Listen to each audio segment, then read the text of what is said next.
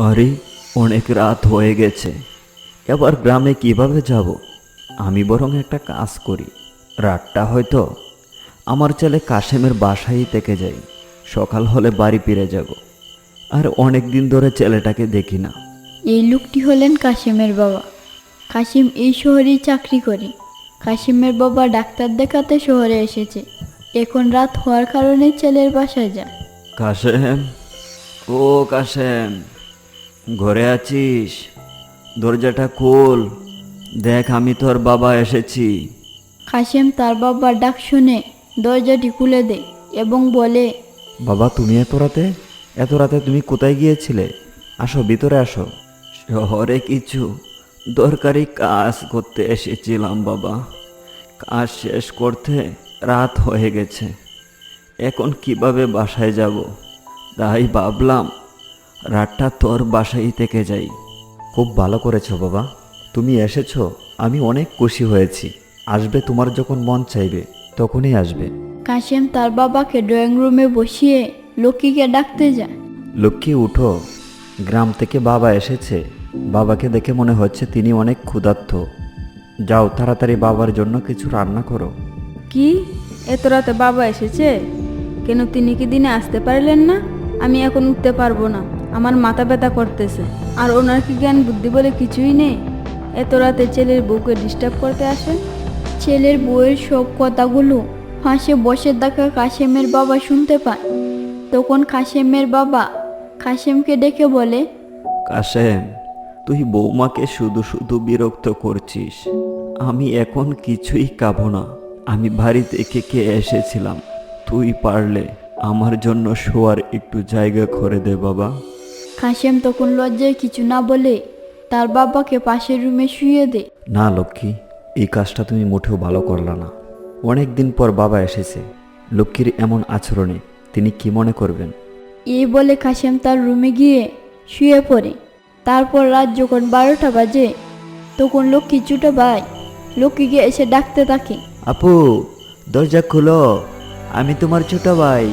ছোট ভাইয়ের ডাক শুনে লক্ষ্মী দৌড়ে গিয়ে দরজা খুলে।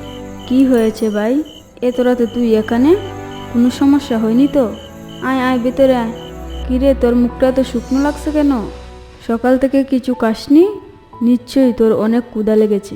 না আপু, আমার খিদে নেই। বন্ধুদের সঙ্গে ঘুরতে ঘুরতে অনেক রাত হয়ে গেছে, তাই ভাবলাম রাতটা তোমার বাসায় থেকে যাই। খুব ভালো কাজ করেছিস। এখন এখানে বস, আমি তোর জন্য কিছু রান্না করে নিয়ে আসি। অন্যদিকে কাশিম লক্ষ্মীকে না দেখতে পেয়ে উঠে আসে।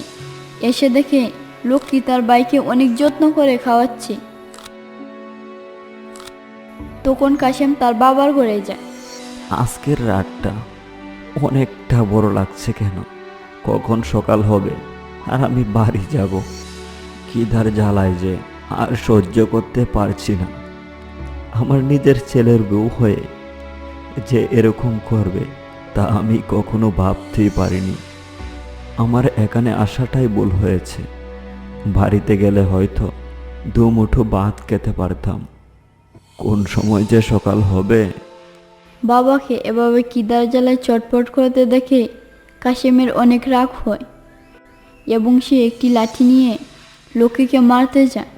কি হয়েছে, এভাবে মারছো কেন? লাগছে তো। আজ আমার বাবা এসেছে।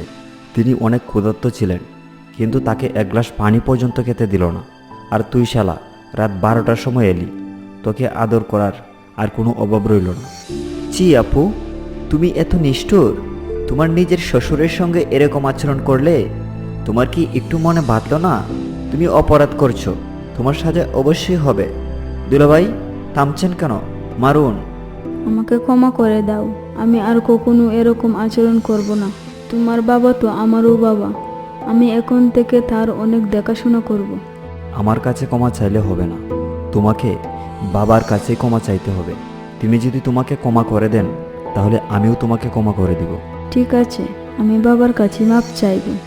বাবা, আমাকে মাপ করে দিন, আমি আর কখনো এরকম ব্যবহার করব না।